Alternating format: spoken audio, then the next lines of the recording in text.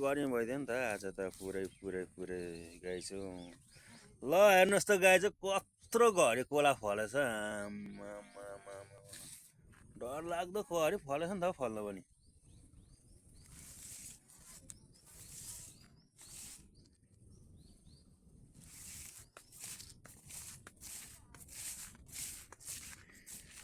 यो चाहिँ अब हामी यसपालि चट्टहले कोपी रोप्ने ठाउँ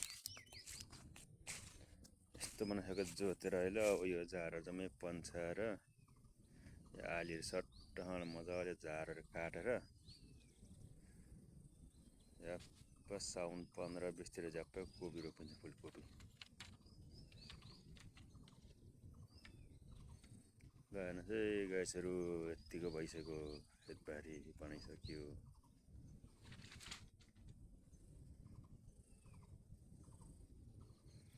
खम्ता गर्मी भएको छैन आज नि। यो पारिदेखिको चाहिँ भालजोडा भन्छ अलिक तल सुनमाई